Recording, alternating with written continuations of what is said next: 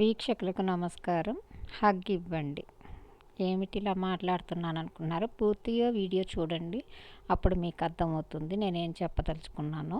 ముందుగా అయితే మీరు వీలైనంతగా ఎక్కువగా లైక్ చేయండి, షేర్ చేయండి, ఫాలో అవ్వండి. ఎందుకంటే అవసరంలో ఉన్న ఒక విద్యార్థికి కానీ, తల్లిదండ్రులకు కానీ ఇది అందితే వాళ్ళకి కొద్దిగా ఉపశమనం ఉంటుంది, స్ట్రెస్ తగ్గుతుంది అన్న ఉద్దేశంతో నేను అడుగుతున్నాను. ఇది మంజులా చింతమనేని కనిపిస్తుంది కదా. నేను ఈనాడు పేపర్కి వసుంధరలో ఒక ఆర్టికల్ రాశాను. తర్వాత ఫోటో అడిగితే నేను ఫోటో వద్దులేండి, మా మ్యాటర్ ముఖ్యము అని చెప్పాను. నేను తెలుగులో రాశాను. నిన్న ఫిబ్రవరి 7వ తారీఖున వసుంధరలో హగ్ ఇవ్వండి అంటూ పడింది. ఎవరబ్బా ఇలాగ హగ్ అడుగుతున్నారు ఏంటా అని ఇంట్రెస్టింగ్గా ఉందని చదువుతుంటే అంతా నేను రాసినట్టుంది ఏంటని చూసి కింద పేరు చూస్తే నా పేరే ఉంది. నువ్వు రాసింది నీకు కూడా తెలియదా అని మీకు డౌట్ వస్తుంది. అంటే నేను హగ్ ఇవ్వండి అని రాయలేదు, చక్కగా పిల్లల్ని కౌగిలించుకోండి అని రాశాను అనమాట. దానివల్ల కన్ఫ్యూజ్ అయ్యాను. ఏమీ లేదు, ఏంటంటే దీన్ని మీకు చదివి వినిపిస్తాను. పరీక్షలను చూసి ప్రళయాన్ని చూసినట్టే భయపడుతుంటారు పిల్లలు. కానీ మా వాళ్ళకి మాత్రం అదో ఆట. అలా భయపడకుండా వాళ్ళని తీర్చిదిద్దాం. చదివి ఎక్కువగా ఆలోచించి బుర్ర అలసిపోతుంది. దానికి తగిన విశ్రాంతినివ్వాలి. ప్రతి పరీక్షకి మధ్య ఎలాగో ఖాళీ ఉంటుంది కదా. పగలు చదువుకుంటారు, రాత్రి మాత్రం కనీసం 8 గంటలు పడుకోనిస్తాను. వేళకి ఆరోగ్యకరమైన ఆహారాన్ని ఇస్తా. ఇంకా పరీక్షల సమయంలో కాస్త తొందరగా రాత్రి భోజనం పూర్తయ్యేలా చూసుకుంటా. గంటల కొద్దీ కూర్చొని చదువుతారు. శారీరక శ్రమ ఉండదని కొద్దిసేపు ఆడిస్తా. నేను వాళ్ళతో కలిసి ఆడుకుంటా. దీంతో చురుగ్గా ఉంటారు. తర్వాత శ్రద్ధగా చదువుకుంటారు.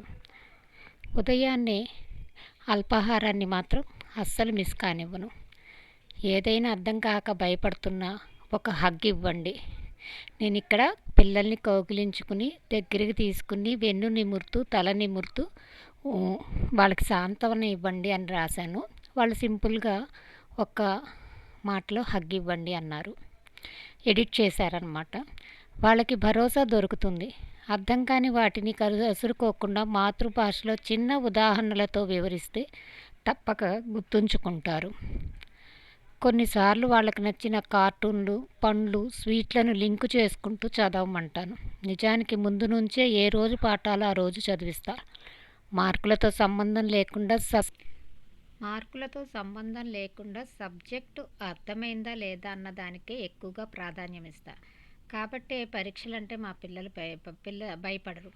ఆ సమయంలో ఆడొద్దు, టీవీ చూడొద్దు అంటూ నియమాలు పెట్టను. సమయానికి మాత్రం పరిమితులు విధిస్తా. కాబట్టి ఆడుతూ పాడుతూ చదువుతారు, ఉత్సాహంగా పరీక్షలు రాస్తారు. మంజులా చింతమనేని. ఇది ఆర్టికల్లో ప్రింట్ అయిందనమాట వసుంధరలో. నేను ఇంకా 4-5 అంటే ఆహారం ఏ టయానికి ఎలా పెట్టాలి, పిల్లల్ని ఏం చేయాలని వివరంగా రాశాను. వీళ్ళకి ఆర్టికల్ పూర్తిగా ప్రకటించడానికి రాయడానికి ప్లేస్ ఉండదు కాబట్టి పేపర్లో ఇంకా చాలా విషయాలు ఉంటాయి కాబట్టి ఎడిట్ చేసి చిన్నగా సింపుల్గా మెయిన్ కంటెంట్ని మాత్రం తీసుకుని చక్కగా ప్రింట్అవుట్ చేశారు. Thank you Vasundhara. Eenadu paper వాళ్ళకి కృతజ్ఞతలు తెలుపుతున్నాను. అయితే నేను ఈ వీడియో చేయడానికి కారణం నా పేరు పడింది, నా ఆర్టికల్ పడిందని గొప్పతనం కోసం కాదు. అసలు ఈ ఆర్టికల్స్ రాయాల్సిన అవసరం నాకెందుకు వచ్చింది అనేది తెలియడం కోసం.